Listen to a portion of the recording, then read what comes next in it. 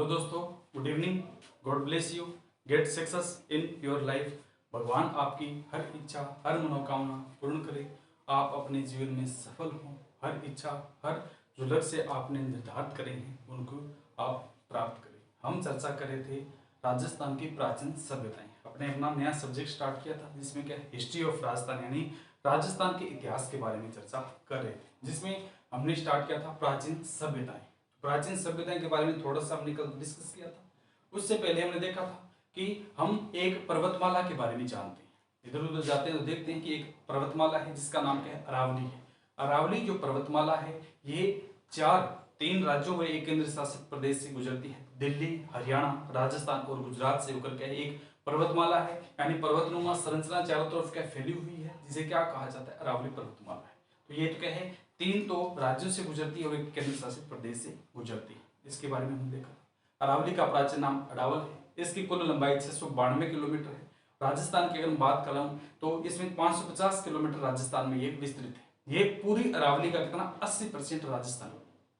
अगर मैं बात करूं कि अरावली जो पर्वतमाला है हमारे राजस्थान की दो भागों में बांटती है। राजस्थान को कितने दो भागों में बांटती है। राजस्थान की जल विभाजक रेखा के नाम से जानी जाती है और इसे मानसून के समांतर भी कहा जाता है, क्योंकि यह राजस्थान को दो भागों में डिवाइडेशन करती है। एक तो कौन सा आता है, उत्तरी पश्चिमी मरुस्थलीय प्रदेश है, और दूसरा कौन सा, दक्षिणी पूर्वी मैदान है। हमने देखा था कि उत्तरी पश्चिमी मरुस्थलीय जो प्रदेश है वहां पर क्या बरसात कम होती है, विरल होती है, जनसंख्या कम निवास करती है, जनघनत्व कम होता है और यहाँ की वनस्पति भी कम पाई जाती है। दूसरा हमने देखा था दक्षिणी पूर्वी मैदान नीचे की तरफ है, यानी यहाँ पर जनसंख्या अधिक होती है, बरसात ज्यादा होती है, बरसात ज्यादा होने के कारण जनसंख्या ज्यादा रहती है और यहाँ पर वनस्पति भी अच्छी खासी होती है। तो इस प्रकार हमने क्या इसके बारे में चर्चा की थी। तो इसमें एक पॉइंट ध्यान रखना कि जो अरावली पर्वतमाला है तीन राज्यों व एक केंद्र शासित प्रदेश से होकर गुजरती है। तीन राज्य कौन से, अगर बात करूं राजस्थान है, गुजरात है और हरियाणा है, ये तो तीन राज्य हो गए और एक क्या केंद्र शासित प्रदेश है। इसके बारे में हमने देखा था। अब हम आज चर्चा करेंगे प्राचीन सभ्यताएं।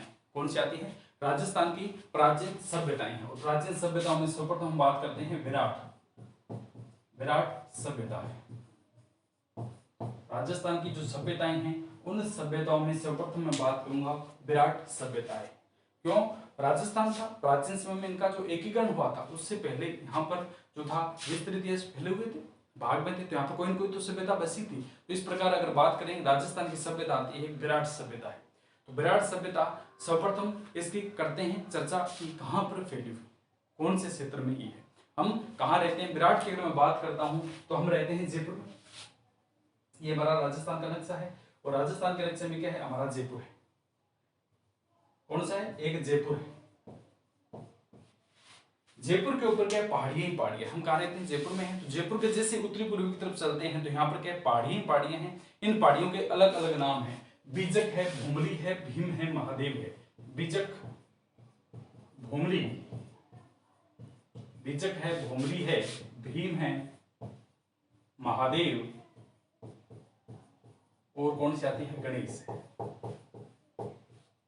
हम जयपुर में रहते हैं। जयपुर से जैसे उत्तरी पूर्वी की ओर देखते हैं तो यहाँ पर पहाड़ियां, अरावली पर्वतमाला है, इसके अंदर क्या छोटी छोटी पहाड़ियां हैं, इनके नाम दिए गए हैं, अलग अलग के नाम, स्थानीय लोगों के द्वारा इनके अलग अलग नाम दिए गए हैं। इसमें आता है बीजक, भूमली, भीम, महादेव और गणेश क्या है, पहाड़ियां हैं। इसमें से जो बीजक पहाड़ी है उसके ऊपर एक बसा हुआ है, नगर बसा हुआ है, जिसका नाम क्या है, विराट नगर है। क्या नाम है, विराट नगर है। बीजक पहाड़ी पर एक नगर बसा हुआ है जिसका नाम क्या है, विराट नगर है। ये एक पूछिएगा ये कौन सा युग था, तो विराटनगर जब बसाया गया था तो ये हमारा कौन सा है, जनपद युग है। कौन सा है, जनपद युग।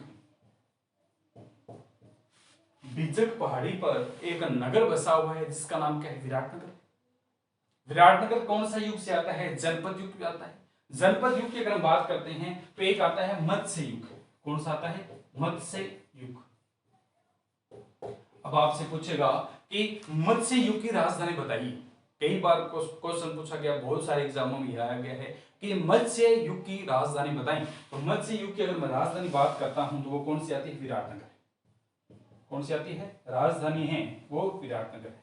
हम बात कर रहे हैं विराट सभ्यता, हम किसकी तरफ चल रहे हैं, विराट सभ्यता है। ये सर्वप्रथम तो चर्चा करते हैं कहां पर फैली हुई। हम जयपुर पे रहते हैं, जयपुर के चारों तरफ जब नजर घुमाते हैं तो देखते हैं चारों तरफ पहाड़ी ही पहाड़ी, चारों तरफ क्या पहाड़ी ही पहाड़ी। आप देखेंगे तो इसमें से अगर हम उत्तर पूर्व की ओर देखते हैं तो उत्तर पूर्व की ओर शाहपुरा उपखंड की तहसील है। उसकी तरफ जब देखते हैं तो यहाँ पर एक पहाड़ी है जिसका नाम क्या बीजक है, और पहाड़ियां भी है, बीजक है, बोमली है, भीम है, महादेव है, गणेश है। इन कई बार तो पहाड़ियों के नाम से क्वेश्चन पूछ लिए जाते हैं कि निम्न में से कौन सी पहाड़ी है जो विराट सभ्यता से बिलोंग करती है, या गणेश पहाड़ी कौन सी सभ्यता के आसपास है।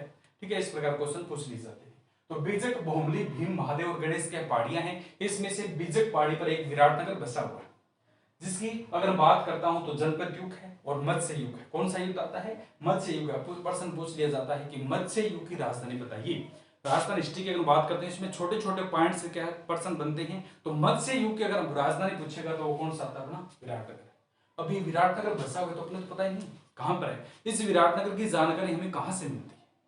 विराटनगर जो बसा हुआ है हमें तो पता ही नहीं, हमने तो कोई देखा ही नहीं है कि विराटनगर कहाँ है, कैसे है।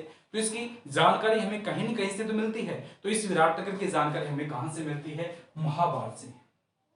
विराटनगर की जानकारी कौन सा ग्रंथ देता है? जानकारी इसकी देता है महाभारत। महाभारत है।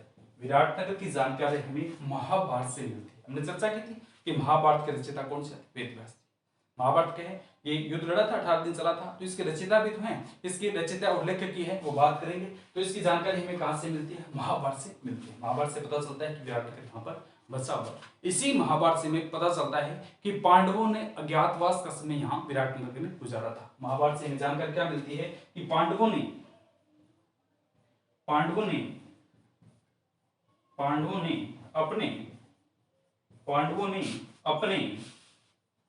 अज्ञातवास का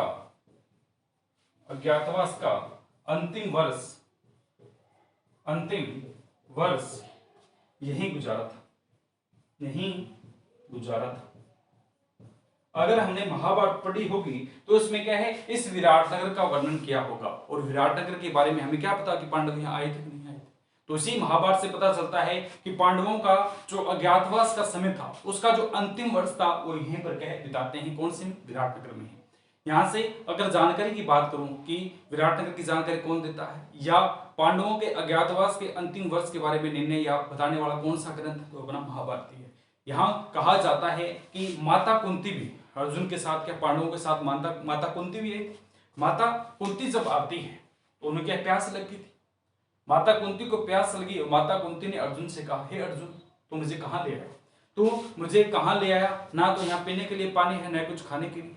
ऐसे तुम खाली जगह में ले आए, पत्थर है चारों तरफ, क्योंकि ये अरावली जो पर्वतमाला ये पत्थरनुमा संरचना है, यहाँ पर पत्थर है, तो पीने के लिए पानी भी नहीं है। तो अर्जुन एक धनुर्धारी थे, उन्हें वरदान दिया गया था कि अर्जुन तो है वो धनुष के सबसे माहिर विद्यों में से एक थे। ठीक है, सबसे ज्यादा जो नॉलेज रखते हैं उनमें से क्या है? धनुर्धारी में थे, अर्जुन थे। तो इनकी बात करते हैं तो अर्जुन अपने तरकस से बाण निकालते हैं और अपने जो आराध्य हमको याद करते हैं और तीर चलाते हैं। जैसे ही वो तीर चलाते हैं तो एक पहाड़ी से टकराता है। कहा जाता है बीजक पहाड़ी थी, उस पहाड़ी से टकराया था और टकराने के बाद में क्या वहां से एक पानी की धार बहती है जिसे अर्जुन की गंगा बाण गंगा या क्या है तीर गंगा के नाम से जाना जाता है। तो अगर बात करूं कि कौन से क्षेत्र में है, विराट क्षेत्र की अगर मैं बात करता हूं तो यहाँ कौन से आते हैं? अर्जुन की गंगा बाण गंगा और क्या तीर गंगा है। प्रश्न पूछ लिया जाए कि निम्न में से ये नदियां कौन सी सभ्यता के आसपास बसी, तो अपनी कौन सी आती है? विराट सभ्यता है, उसके पास आसपास का क्षेत्र है। ये कौन सा है? बाण गंगा है, अर्जुन की गंगा है, तीर गंगा कहा जाता है। प्रश्न पूछ लिया जाए कि जो अपनी विराट सभ्यता है वो कौन सी नदी के मुहाने पर बसा हुआ है? कौन सी नदी है उसके मुहाने पर बसा हुआ है? तो अपनी बाणगंगा जो नदी है उसके मुहाने पर अपना विराट बसा हुआ है। तो एक बार फिर देखते हैं। सर्वप्रथम हम चर्चा करें विराट सभ्यता की। जयपुर में रहते हैं तो यहाँ पर क्या है? जयपुर के ऊपर पहाड़ी है, उत्तर पूर्व की ओर क्या पहाड़ी है जिसका नाम क्या है? बीजक, बोमली, भीम, महादेव, गणेश है। इसी बीजक पहाड़ी पर एक नगर बसा हुआ है जिसका नाम क्या है? विराटनगर। जिसका नगर का नाम क्या है? विराटनगर है। अगर वो युग पूछेगा तो ये क्या? जनपद युग है। अगर इससे आगे बढ़ेगा तो कौन सा युग आता है? मत्स्य युग है। मत्स्य युग से संबंधित आता है अपना विराटनगर है। इस मत्स्य युग की अगर राजधानी अपने से पूछता है तो वो कौन सा आती है? विराटनगर आती है। मत्स्य युग की राजधानी बताइए तो वो अपनी विराटनगर आती है। अब हमें तो विराटनगर और महाभारत के बारे में पता ही नहीं चला कि पांडव यहाँ पर आए थे। यहाँ इसके बारे में हमें कहां से पता चलता है? तो पांडव यहाँ पर आए थे और विराटनगर में रहे थे, इसके बारे में जानकारी हमें कौन देता है? महाभारत है। एक ग्रंथ आता है जिसका नाम क्या है? महाभारत है, इसकी जानकारी देते हैं। तो मत्स्य युग की राजधानी कौन सी आती है? विराटनगर है। अब जानकारी कौन सा देता है? महाभारत ग्रंथ है। इसमें पांडवों ने अपने अज्ञातवास का अंतिम वर्ष है इसी विराटनगर में गुजारा था, इसकी जानकारी महाभारत से मिलती है। कहा जाता है कि माता कुंती को प्यास लगी, प्यास लगने पर अर्जुन से कहा कि मुझे क्या पानी की प्यास लगी है तो पानी चाहिए, तो कहाँ ले आया? तो यहाँ पर तो कुछ है ही नहीं, व्यवस्था ही नहीं है। तो अर्जुन ने क्या अपने तर्कस से बाण निकाला और वहां के तीर चलाया था, इसलिए इस नदी का नाम निकलता है अर्जुन की गंगा, बाण गंगा और कौन सी आती है? तीर गंगा है। तो इस प्रकार यहाँ से कहे ये बाण गंगा नदी के मुहाने पर क्या बसा हुआ है? अपना विराट। जयपुर के साथ अगर विराट सभ्यता लिखना चाहिए, विराट लिखना चाहिए तो लिख सकते हैं विराट, ठीक है। अब एक पूछा जाता है कि महाभारत है, महाभारत एक ग्रंथ है, हमने देखा है, महाभारत पढ़ा भी है, सुना भी है और टीवी में सीरियल भी देखा। महाभारत की अगर हम बात करते हैं तो एक प्रश्न आता है कि गुरु बड़ा होता है या शिष्य? गुरु बड़ा होता है या शिष्य है? तो प्राचीन समय से कहावत होती है कि गुरु से क्या है? ज्यादा बड़ा शिष्य होता है। गुरु कितना ही ज्ञानवान हो, उससे शिष्य हमेशा ही आगे निकलता है। तो लेखक की अगर मैं बात करता हूं, लेखक की अगर महाभारत के लेखक की अगर हम बात करते हैं, और एक आता है रचयिता। लेखक तो अपने कौन से थे? महाभारत के वेदव्यास है। वेदव्यास जी के द्वारा महाभारत का लेखन किया गया था। दूसरे कौन से रचयिता हैं? रचने वाले हैं, लिखने वाले हैं, वो कौन से थे?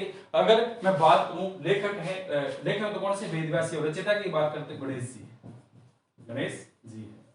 तो गणेश जी के द्वारा महाभारत की रचना लिखी गई थी। लेखक अलग होते हैं और रचयिता अलग होते हैं। अगर मैं बात करता हूं लेखक की, तो लेखक तो इसमें कौन से थे? वेदव्यास जी थे। वेदव्यास जी के द्वारा महाभारत का जो संपूर्ण वर्णन था उनको बताया गया था। लेखक कौन से आते हैं? वेदव्यास जी है। वेदव्यास जी ने अपने मुख से सारा महाभारत का वर्णन क्या बताया था और गणेश जी पास में बैठ के लिख रहे थे। तो गणेश जी तो क्या है? शिष्य है और वेदव्यास जी क्या है? गुरु है। ये तो क्या है? गुरु है और गणेश जी क्या है? शिष्य है। तो पूछा जाता है कि गुरु बड़ा या शिष्य? गुरु बड़ा या शिष्य है? इन्होंने तो अपने मुख से इसका वर्णन किया था, लेकिन गणेश जी क्या लिखते हैं? तो गुरु से हमेशा क्या होते हैं? बड़े क्या होते हैं? शिष्य होते हैं। अगर मैं दूसरा बात करता हूं कि रानाडे थे, गोखले और गांधी जी। रानाडे को कम जानते हैं, गोखले को फिर ज्यादा जानते हैं। रानाडे थे क्या? रानाडे आपने पढ़ा होगा, रानाडे हैं, गोखले हैं और तीसरे कौन से आते हैं? गांधी जी, गांधी जी है। तो रानाडे को कम जानते हैं, गोखले को फिर ज्यादा जानते हैं और गांधी जी को सबसे ज्यादा जानते हैं। तो ये इनके गुरु थे। गांधी जी के गुरु गोखले थे और गोखले गुरु कौन से थे? रानाडा थे। तो रानाडा का शिष्य गोखले आगे बढ़े और अगर बात करते हैं गोखले के शिष्य गांधी जी, वो आगे बढ़े थे। तो इस प्रकार के गुरु से हमेशा शिष्य बड़ा होता है। इसी श्रेणी की अगर मैं बात करूं तो इसी श्रेणी में अगर देखते हैं तो एक आते हैं सुकरात। अगर पॉलिटिकल आपने पढ़ा होगा तो उसमें क्या वर्णन किया जाता है? सुकरात है, प्लेटो है, अरस्तु है और सिकंदर है। सुकरात, प्लेटो, अरस्तु और सिकंदर है। तो गुरु शिष्य की श्रेणी की अगर बात की जाती है तो गुरु से हमेशा शिष्य बड़ा होता है। गुरु को नॉलेज तो होता है लेकिन शिष्य के उन्हीं पद चरणों पर चलकर उनसे आगे बढ़ जाता है। तो अगर मैं बात करता हूं कि सुकरात, अगर आपने पॉलिटिकल पढ़ा होगा तो पॉलिटिकल में थिंकर आते हैं। सुकरात है, प्लेटो है, अरस्तु है और कौन से आते हैं? सिकंदर है। कौन से आते हैं? सिकंदर है। तो ये सुकरात के अगर शिष्य की बात करते हैं कि सुकरात के शिष्य आगे बढ़े थे, उनके शिष्य उनसे आगे बढ़े थे, उनके शिष्य क्या है? उनसे आगे बढ़े थे। तो सुकरात आते हैं, प्लेटो आते हैं, अरस्तु और सिकंदर आते हैं। ये इनके गुरु हैं और ये इनके गुरु है। अरस्तु के गुरु प्लेटो, प्लेटो गुरु सुकरात है, सिकंदर के गुरु अरस्तु है। सिकंदर की अगर बात करते हैं तो पूरे अगर बात करते हैं सिकंदर में सभी कहा जाता है कि सिकंदर ने अपने आसपास के क्षेत्र पर पूर्ण अधिकार कर लिया था। सिकंदर के पास इतना धन था कि संपूर्ण सृष्टि में सबसे शक्तिशाली कौन सा था? सिकंदर था। लेकिन सिकंदर की कहते हैं जब मृत्यु होती है तो सिकंदर ने कहा था कि मेरे दोनों हाथ बाहर की तरफ रखे जाएं। दोनों हाथ जब मेरे को कहे मृत्यु सैया पर सुनाया जाए और मुझे कहे शमशान की तरफ ले जाया जाए तो मेरे दोनों हाथ क्या बाहर की तरफ हो और इस प्रकार दिखाई जाए। ठीक है, ये सिकंदर कहना चाह रहे थे कि मैं लोगों को यह बताना चाह रहा हूं कि मेरे से ज्यादा कोई धनवान नहीं, मेरे से ज्यादा कोई धनवान नहीं है। मेरे आस पड़ोस का क्षेत्र है, मैंने अपना क्षेत्र विस्तारवाद किया था।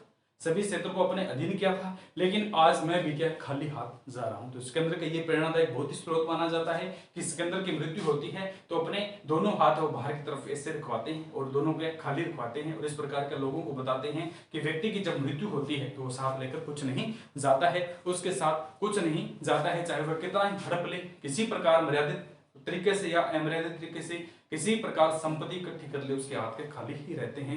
सिकंदर कहता है मेरे से ज्यादा धनवान इस सृष्टि में कोई नहीं था, लेकिन मैं भी आज के खाली हाथ जा रहा हूं। तो इसमें बात आती है कि गुरु बड़ा होता है शिष्य।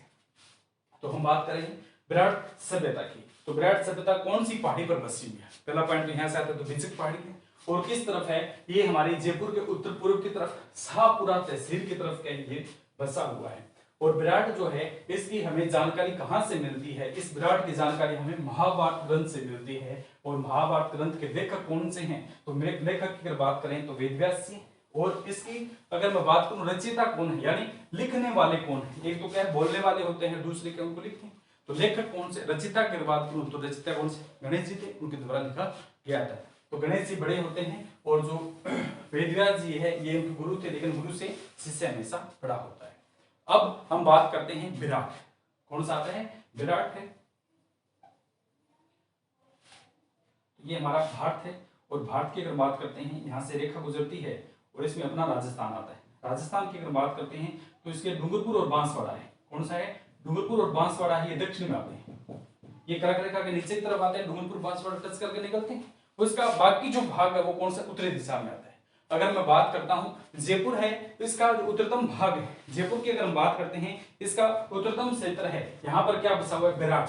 ये कौन सा आता है? अपने उत्तरी भारत में आता है। ये कौन से में आता है? उत्तरी भारत में आता है। हम जानते हैं कि उत्तरी भारत में एक महान शासक हुए हैं चंद्रगुप्त मौर्य। चंद्रगुप्त मौर्य की अगर मैं बात करूं उत्तरी भारत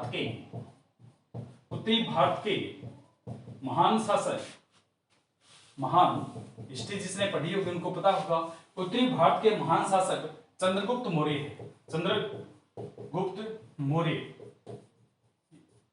उत्तरी भारत के महान शासक चंद्रगुप्त मौर्य का प्रथम बार विराट पर अधिकार होता है। विराट पर अधिकार होता है। चंद्रगुप्त मौर्य हैं। चंद्रगुप्त मौर्य के उत्तरी भारत के महान शासकों की श्रेणी में आते हैं। अगर आपने इंडियन हिस्ट्री पढ़ा होगा तो उसमें जरूर पढ़ा होगा चंद्रगुप्त मौर्य के बारे में। तो चंद्रगुप्त मौर्य हैं वो उत्तरी भारत के महान शासकों की श्रेणी में आते हैं। उत्तरी भारत की अगर बात करें हैं तो उत्तर की तरफ है, इसमें अपना राजस्थान भी आता है। अगर उत्तरी भारत के महान शासक है तो विराट सभ्यता है, ये भी अपने के उत्तर दिशा में फैली हुई है, तो इस पर भी उनका अधिकार होगा। उन पर जो विराट सभ्यता है उसके ऊपर भी क्या है? चंद्रगुप्त मौर्य का अधिकार रहा होगा। तो इसलिए कहा जाता है कि उत्तरी भारत के महान शासक चंद्रगुप्त मौर्य का प्रथम बार विराट पर अधिकार देखने को मिलता है। यानी विराट पर प्रथम बार शासन करने वाले कौन से थे? चंद्रगुप्त मौर्य थे। ये मौर्य थे, तो इसलिए विराट सभ्यता को क्या कहा जाता है? मौर्यकालीन सभ्यता भी कहा जाता है। कई प्रश्न में पूछा गया है ये सभ्यता क्या कहलाती है? मौर्यकालीन सभ्यता है। मौर्यकालीन सभ्यता है। तो विराट सभ्यता किस प्रकार की है? मौर्यकालीन सभ्यता है। पहला पॉइंट कौन सा है? चंद्रगुप्त मौर्य का विराट पर अधिकार रहा था। विराट पर अधिकार रहने के कारण मौर्य थे, तो ये सभ्यता किस प्रकार की कहलाती है? मौर्यकालीन सभ्यता। एक दो क्वेश्चनों में मैंने इसका देखा है, तो इसलिए क्या है ये सभ्यता कौन सी कहलाती है? मौर्यकालीन है। अब जो चंद्रगुप्त मौर्य थे इनके गुरु थे, इनके एक गुरु आते हैं जिसका नाम क्या है? चाणक्य। इन्हें क्या कहा जाता है? चाणक्य। चंद्रगुप्त मौर्य के गुरु थे जिनका नाम क्या आता है? चाणक्य है। चाणक्य कहा जाता है या दूसरा नाम क्या? कौटिल्य। चाणक्य या इन्हें कौटिल्य कहा जाता है। चंद्रगुप्त मौर्य के गुरु थे जिनका प्रथम नाम तो चाणक्य आता है, दूसरा अगर मैं बात करूं तो कौटिल्य कहा जाता है, और तीसरा इनका नाम एक और आता है विष्णुगुप्त। कौन सा आता है? विष्णुगुप्त। ये प्रश्न बहुत बार पूछा गया है कि चाणक्य जो थे किसके गुरु थे? चाणक्य, कौटिल्य और विष्णुगुप्त। एक ही व्यक्ति इनके तीन नाम रखे गए थे, अलग अलग लोगों के द्वारा इनके अलग अलग नाम बताए गए थे। तो जो चंद्रगुप्त मौर्य है इनके गुरु है जिनका नाम क्या है? चाणक्य, कौटिल्य या विष्णुगुप्त है। ये कहाँ के निवासी थे? तक्षशिला, पाकिस्तान के निवासी थे। कहाँ के थे? तक्षशिला। तक्षशिला पाकिस्तान में पड़ता है, वहां के निवासी थे। हम बात करें विराट की, तो विराट पर सर्वप्रथम उत्तरी जो भारत के महान शासक थे चंद्रगुप्त मौर्य है, उनका अधिकार सर्वप्रथम देखने को मिलता है। इसलिए ये सभ्यता मौर्यकालीन सभ्यता कहलाती है। अगर मैं इनके गुरु की बात करता हूं तो चाणक्य, कौटिल्य या विष्णुगुप्त एक ही व्यक्ति के 3 नाम हैं, तो इन्हें अलग अलग नामों से जाना जाता है। ये तक्षशिला पाकिस्तान के निवासी थे। इनके द्वारा क्या है, गुरु तो होते हैं तो शिष्य को वरदान देते, उपदेश देते हैं। ज्ञान गुरु क्या है, गुरु शिष्य को क्या है, रास्ता दिखाता है, बताता है। तो इनको रास्ता दिखाने वाले ये तक्षशिला पाकिस्तान के निवासी थे, ये इन्हें क्या बताते थे और ये इनके मार्गदर्शन पर आगे बढ़ते रहते थे। अब हम बात करते हैं, ये तो यहां तक था कि उत्तरी भारत पर सर्वप्रथम अधिकार करने वाले, विराट पर अधिकार करने वाले व्यक्ति कौन से थे, चंद्रगुप्त मौर्य। अब इनके बाद में चलते हैं, इनके पौत्र हुए थे अशोक महान। इनके पौत्र थे किसके, चंद्रगुप्त मौर्य के। चंद्रगुप्त मौर्य के पौत्र थे अशोक महान। इन्होंने 261 में कलिंग का युद्ध लड़ा था। 261 ईस्वी में एक युद्ध लड़ा था जिसका नाम क्या, कलिंग का युद्ध है। इन्होंने इस युद्ध में इतनी लाशें देखी, इतने को रक्त देखा कि उन्होंने कहा था कि मैं रणभेरी की बजाय धर्मघोष का नारा देता। जब कई बार होता है कोई दयालु व्यक्ति होता है, उसके सामने इस प्रकार का यात्रा वृतांत घटित हो जाता है तो अपने हृदय से कहता है मैं ये चीज छोड़ता हूं। तो 261 में अशोक मान थे, उनके द्वारा प्रथम युद्ध लड़ा था जिसका नाम कलिंग का युद्ध है। तो अगर मैं बात करता हूं, इससे आगे बढ़ते हैं कि विराट का जो शासक था अगला वो कौन से थे, अशोक मान है। अशोक मान है, ये चंद्रगुप्त मौर्य के पुत्र थे जिसका नाम क्या, अशोक महान है। अशोक महान। अशोक महान ने 261 ईस्वी में कलिंग का युद्ध लड़ा। कलिंग का युद्ध लड़ा जिसमें उन्होंने कहा कि मैं रणभेरी की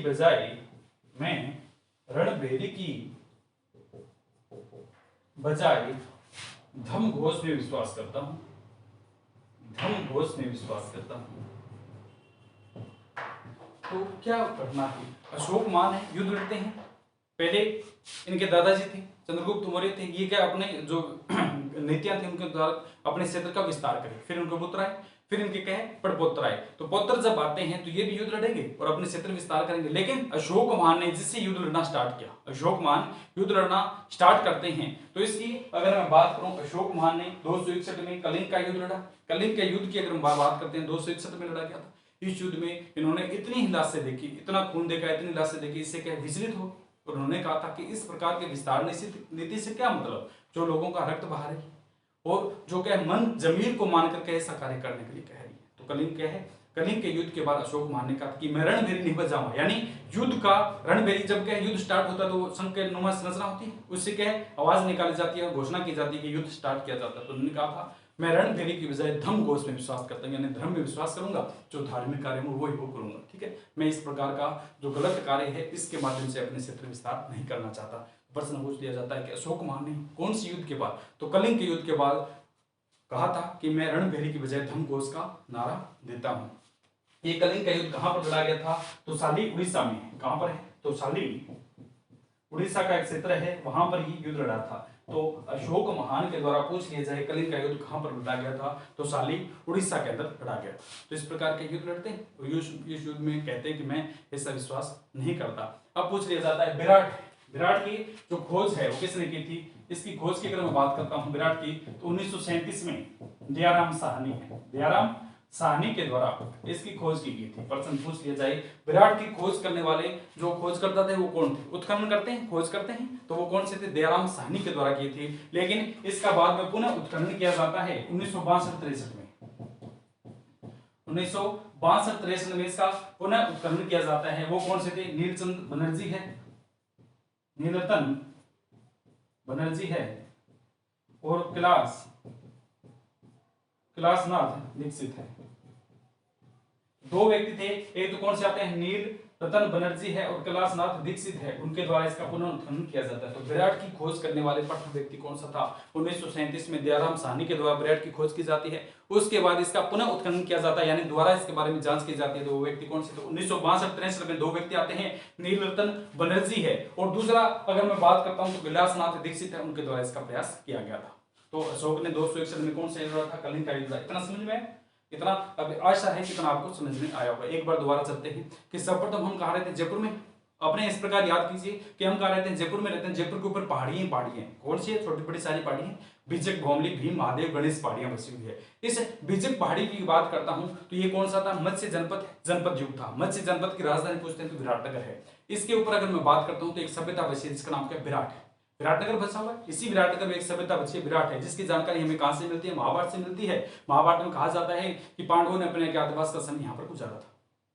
इसकी खोज की अगर मैं बात करता हूं तो खोज 1937 में दयाराम साहनी के द्वारा की गई थी। पुनः उत्खनन द्वारा खोज इसकी 1962-63 में एक कौन से थे, नीलरतन बनर्जी है और कैलाशनाथ दीक्षित है, इनके द्वारा पुनः इसका उत्खनन किया गया था। यहाँ से क्वेश्चन बहुत बार पूछे जाते हैं, तो इनके द्वारा पुनः उत्खनन किया था। अब गुरु बड़ा होता है, शिष्य बड़ा होता है, तो कौन से हैं, हमने महाभारत की बात करते हैं तो लेखक तो कौन से थे, वेदव्यास जी थे, और रचयिता कौन से थे, गणेश जी है। तो गणेश जी से क्या बड़ा होता है हमेशा, ये हमने चर्चा की थी। इसके बाद हमने देखा कि उत्तरी भारत के महान शासक चंद्रगुप्त मौर्य हैं, उनका प्रथम बार विराट पर अधिकार रहता है। अतः यह किस प्रकार की सभ्यता थी, मौर्यकालीन सभ्यता से संबंधित व्यक्ति है। इनके गुरु थे वो कौन से थे, कौटिल्य है, चाणक्य है, या अगर बात करूं विष्णुगुप्त है। ये तक्षशिला पाकिस्तान के निवासी थे, ये उनके जो मार्गदर्शन में कार्य करते थे। अब क्या कभी न कभी अपने युद्ध को छोड़ेंगे ही, और इनका युद्ध करते करते समय पूरा हो गया। फिर इनको बेटे हैं, बेटे के बाद में कहीं खुद अशोक महान आते, तो इनके पुत्र ने 261 ईस्वी में कलिंग का युद्ध रहा। इस कलिंग को युद्ध को तोसाली उड़ीसा में लड़ा गया था। इसमें इतनी लाशें देखी, इतना खून देखा कि इनका क्या है, मन विचलित हो गया। उन्होंने कहा था मैं आज के बाद रणभेरी नहीं बजाऊंगा, यानी युद्ध की घोषणा नहीं करूंगा, मैं बौद्ध धर्म संघ में क्या विश्वास करता हूं, यानी केवल मैं धार्मिक काम करूंगा। तो इस प्रकार हमने यहाँ तक चर्चा की थी। अब ये करते हैं कि मैं बौद्ध धर्म संघ में विश्वास करूंगा और बौद्ध कार्य करूंगा, यानी जिस प्रकार का धर्म से संबंधित कोई कार्य होगा तो वो मैं वो करूंगा, ठीक है। बाकी जो किसी भी प्रकार का अगर लड़ाई झगड़े वाला कार्य है वो मैं नहीं करूंगा। अतः अशोक ने उपगुप्त से प्रेरणा पाकर बौद्ध धर्म के अनुयायी बन गए। प्रश्न पूछा जाता है कि अशोक किससे प्रेरणा पाते हैं, तो अशोक क्या पाते हैं, उपगुप्त से प्रेरणा पाकर बौद्ध धर्म के अनुयायी बन जाते हैं। अगला पॉइंट लिखते हैं, अशोक उपगुप्त से प्रेरणा पाकर बौद्ध धर्म के अनुयायी बन जाते हैं। अशोक की अगर मैं बात करता हूं तो ये क्या है, उपगुप्त है। उपगुप्त से क्या है, उन्होंने क्या उपगुप्त से प्रेरणा ली थी, ग्रंथ पढ़ा था उपगुप्त है, उससे क्या प्रेरणा लेते हैं और कहा है कि मैं बौद्ध धर्म संघ में क्या विश्वास कर रहा हूं, बौद्ध धर्म में जो विश्वास करता हूं, बौद्ध धर्म का अनुयायी बना। अतः प्रथम बार जो अशोक महान है ये बौद्ध धर्म से संबंधित क्या होते हैं और बौद्ध धर्म के बारे में क्या आगे प्रचार करते हैं। भारत में प्रथम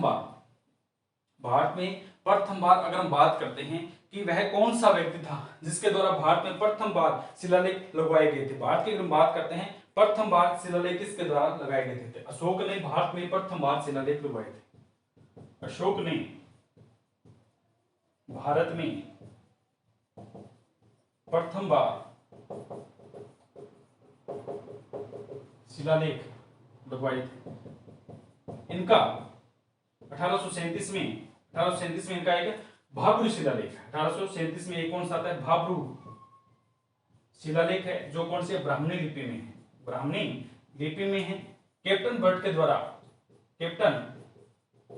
इसकी खोज की गई थी। तो 1837 में इनका एक भाब्रू शिलालेख, अभी चर्चा करेंगे शिलालेख होता क्या है। तो भारत में प्रथम बार शिलालेख लगवाने वाला व्यक्ति कौन सा था, अशोक महान थे। इनके द्वारा भारत में प्रथम बार शिलालेख लगवाए गए थे। ये एक शिलालेख इनका भारत में प्रथम बार विराट से मिलता है, जिसका नाम क्या है, भाब्रू शिलालेख, जिसकी खोज की अगर मैं बात करूं तो 1837 में कैप्टन बर्ट के द्वारा इसकी खोज की गई है और वर्तमान में ये कलकत्ता संग्रहालय में रखा गया है। तो भारत में प्रथम बार अशोक के द्वारा कौन सा शिलालेख लगवाया गया था, तो भाब्रू शिलालेख आता है और ये कहां पर स्थित है, वर्तमान में कलकत्ता संग्रहालय में रखा गया। अब शिलालेख होता क्या है, तो आपने देखा होगा अभी जो मुख्यमंत्री या पीएम होते हैं किसी भी चीज का शिलान्यास करते हैं, कोई चीज का शिलान्यास करते हैं तो उसमें एक पट्टी होती है, पत्थरनुमा एक संरचना होती है, उस पे क्या अक्सर उन कहे जाते हैं, कहा जाता है कि इस जो कोई भी हो, स्टेडियम हो, स्कूल हो, किसी भी प्रकार की कोई भी चीज हो, तो इसकी अगर मैं बात करूं तो इसमें लिखा जाता है कि इस प्रधानमंत्री ने निम्न वर्ष में इतने खर्चे के साथ इस चीज का क्या लोकार्पण किया, इतना खर्चा यहाँ पर लगाया और इस चीज को बनाया। इसी प्रकार भारत में प्रथम बार इसे क्या कहा जाता है, शिलालेख कहा जाता है, यानी पत्थर पर किसी भी चीज को क्या अंकुरण करना है, उसको लिखना है, वो क्या कहलाता है, शिलालेख है। तो इस प्रकार की संरचना पहली बार भारत में कौन बनाता है, अशोक महान है। अशोक महान है सर्वप्रथम।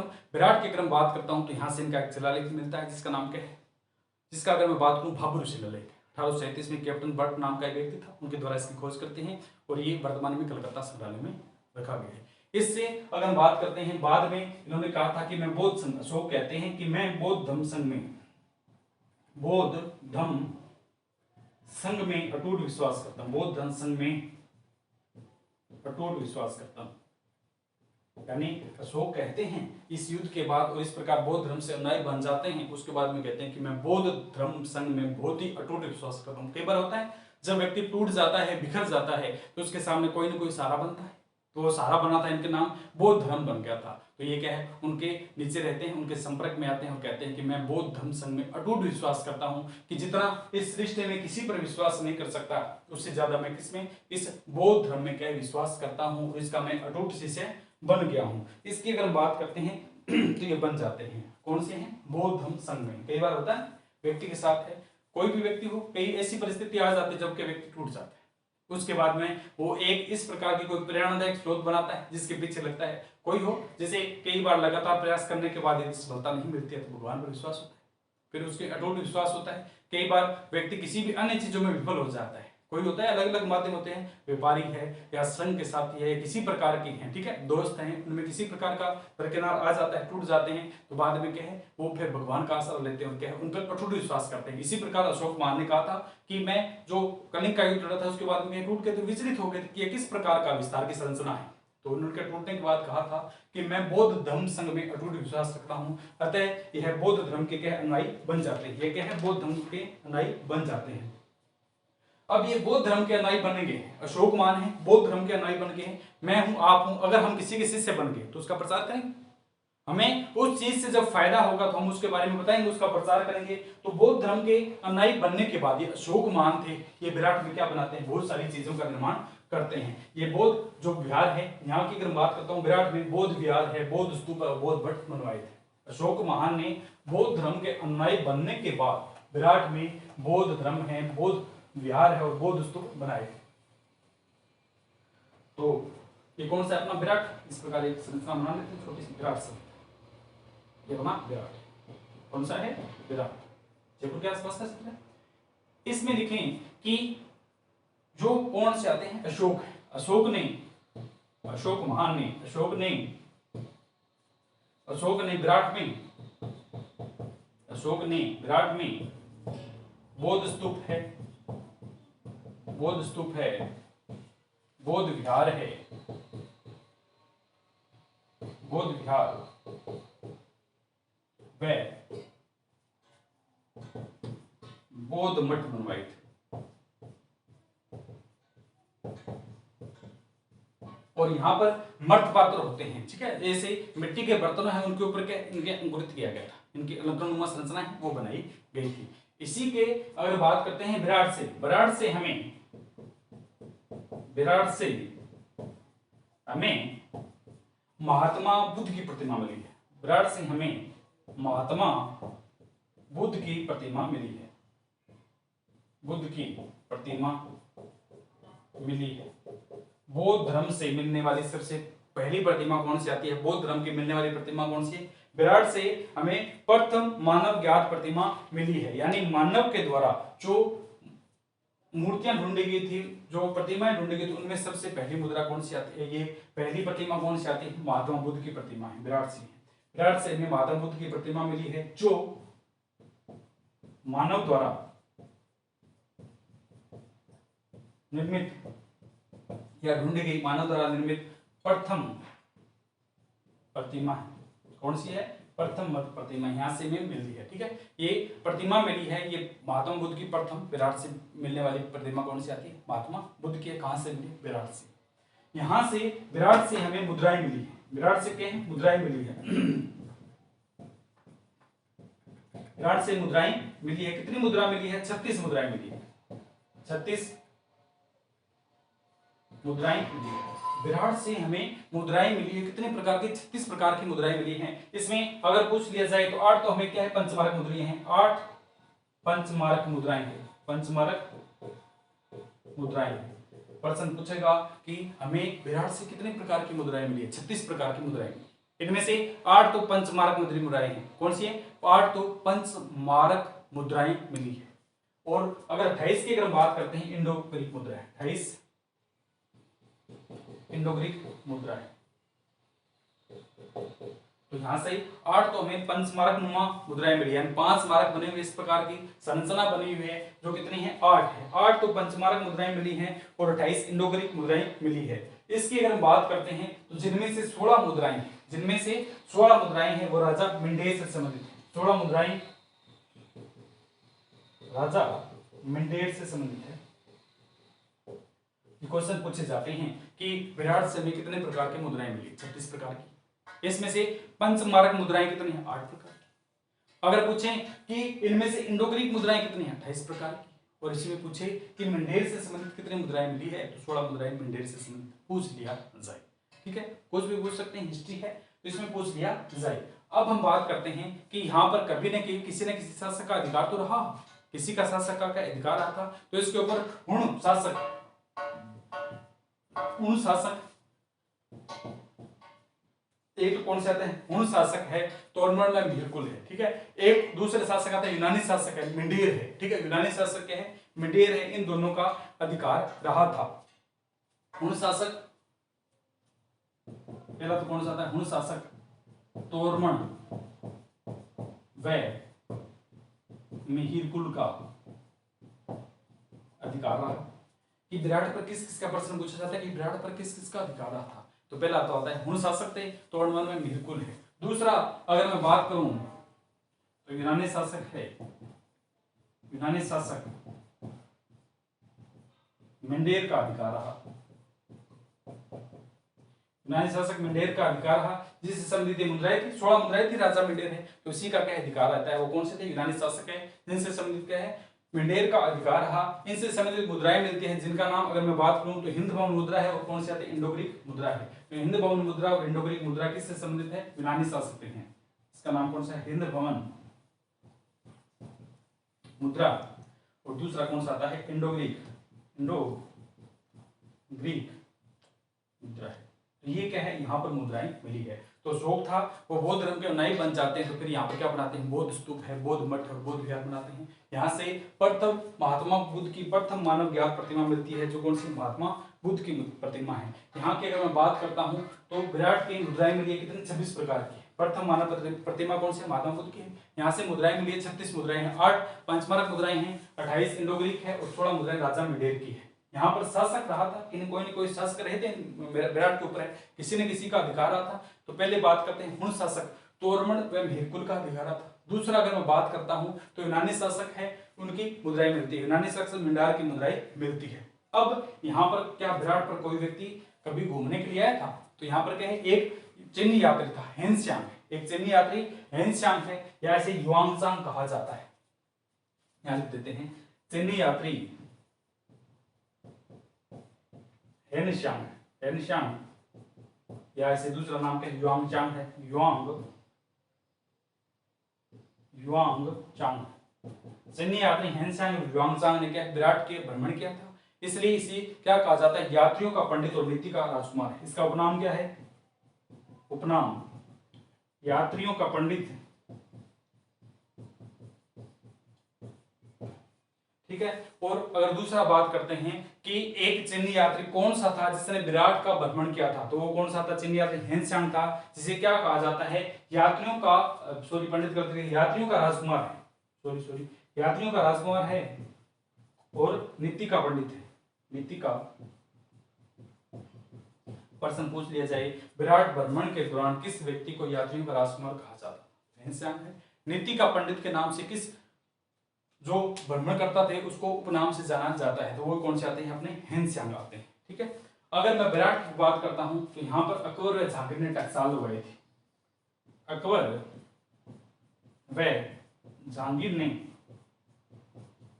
टकसाल बनवाई। प्रश्न पूछ लिया जाए कि विराट में बनी टकसाल किनके द्वारा निर्मित है, तो अकबर व जहांगीर के द्वारा विराट में टकसाल बनवाई गई। टकसाल एक घड़ीनुमा संरचना होती है, चांदी के आकार के। जयपुर में गए होंगे आप जंतर मंतर में, तो वहां पर क्या 2 घड़ी बने हुए, आप उसमें जाएंगे तो देखेंगे कि दोनों के चांदीनुमा संरचना है, चांदी के बनाए गए, वो टकसाल इससे कहा जाता है। तो इसी प्रकार की संरचना है, वो कौन से थे, अकबर व जहांगीर के द्वारा टकसाल बनाई गई, कहां पर, विराट में बनवाई गई है। अब बात करते हैं इसी जो विराट है, इसी ये जो विराटनगर है उसके बाद विराटनगर है, इसमें राजा विराट, ठीक है, राजा विराट की कुल देवी मनसा माता का मंदिर पापड़ी ग्राम में स्थित है। अगर मैं बात करता हूं तो विराट जो क्षेत्र है, विराट के इसमें राजा विराट, यहाँ के शासक कौन से थे? विराट थे। तो विराट के इसमें राजा विराट की कुल देवी मनसा माता का मंदिर पापड़ी ग्राम में स्थित है। विराट वहां के विराटनगर उनके नाम पर पड़ा था, तो विराटनगर के शासक थे, उनका पापड़ी ग्राम में एक मंदिर है जिसकी कुल देवी कौन सी? मनसा माता है।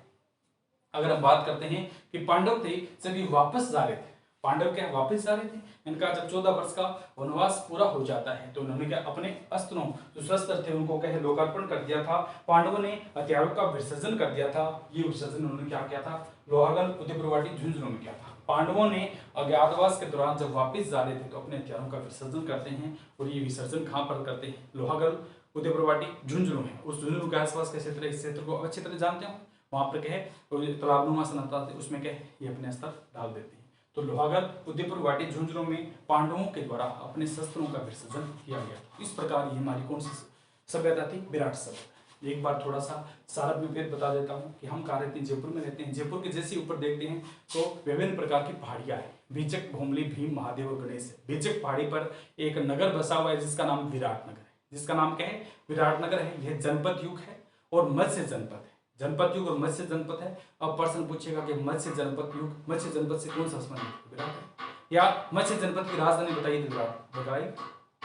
अब इससे अगला प्रश्न पूछेगा कि हमें विराटनगर की जानकारी कहाँ से मिलती है, तो हमें महाभारत से विराटनगर के बारे में जानकारी मिलती है, और इसमें पांडवों ने अपने अज्ञातवास का समय गुजारा था ऐसा लिखा गया है। माता कुंती उनके साथ में आई थी, अर्जुन ने तीर चलाया, इसलिए यह एक जो नदी बहती से के बाण गंगा, अर्जुन की और तीर गंगा के नाम से जाना जाता है। प्रश्न पूछ लिया जाए कि विराट सभ्यता कौन सी नदी के मुहाने पर विस्तृत है, तो ये अपनी बाण गंगा है। अब कहा जाता है कि गुरु बड़े होते हैं शिष्य, तो गुरु से हमेशा के शिष्य बड़ा होता है। राणा डे गोखले और गांधी जी, तीनों में क्या है संरचना थी। गांधी जी को ज्यादा जाना जाता है। सुकरात है, प्लेटो है, अरस्तु है और सिकंदर है। सिकंदर जब हाथ खाली गए थे तो उन्होंने खाली हाथ रखे थे कि मैं इस ब्रह्मांड से खाली हाथ जा रहा हूँ। तो आप लोगों की तो क्या औकात ही क्या है। गणेश जी थे, कौन से थे?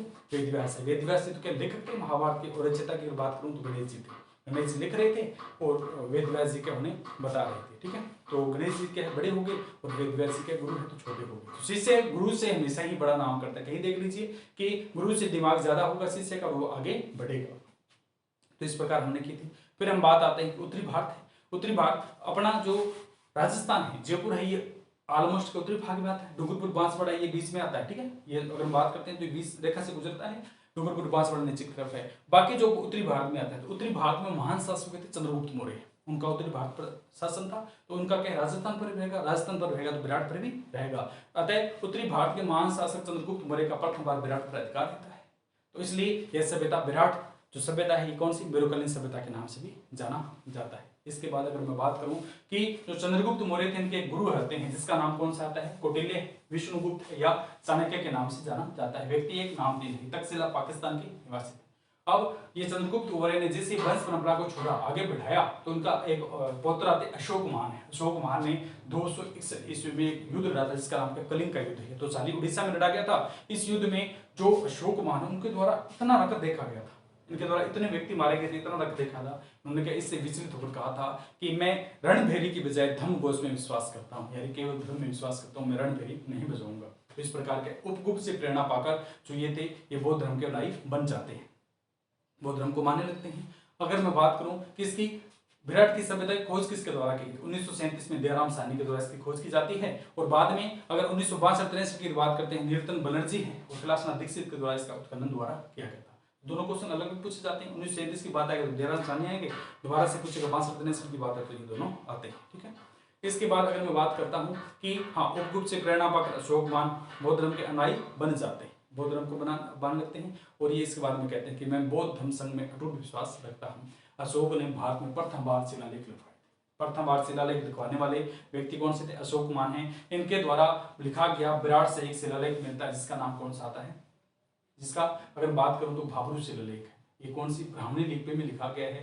1837 में कैप्टन बर्ट के द्वारा इस शिलालेख के बारे में क्या उजागर किया गया था? इस शिलालेख को ढूंढा गया था। वर्तमान में कलकत्ता संग्रहालय में रखा गया है। इसके बाद हमने देखा कि अशोक मान है वो बौद्ध धर्म के अनुयायी बन जाते हैं। तो बौद्ध धर्म के अनुयायी बनेंगे तो बौद्ध धर्म का प्रचार करेंगे। तो इसके द्वारा इनके द्वारा क्या बौद्ध धर्म विराट में बौद्ध धर्म है, बौद्ध स्तूप है, बौद्ध मठ है, इस प्रकार बौद्ध विहार है, विभिन्न प्रकार की संरचनाएं निर्मित की गई थी। यहाँ से हमें प्रथम मानव निर्मित प्रतिमा मिली है, जिसके कौन से महात्मा बुद्ध की, महात्मा बुद्ध की प्रतिमा मिली है, जो मानव निर्मित प्रथम प्रतिमा है। मानव के द्वारा ढूंढी हुई प्रथम प्रतिमा कौन सी आती है? महात्मा बुद्ध की।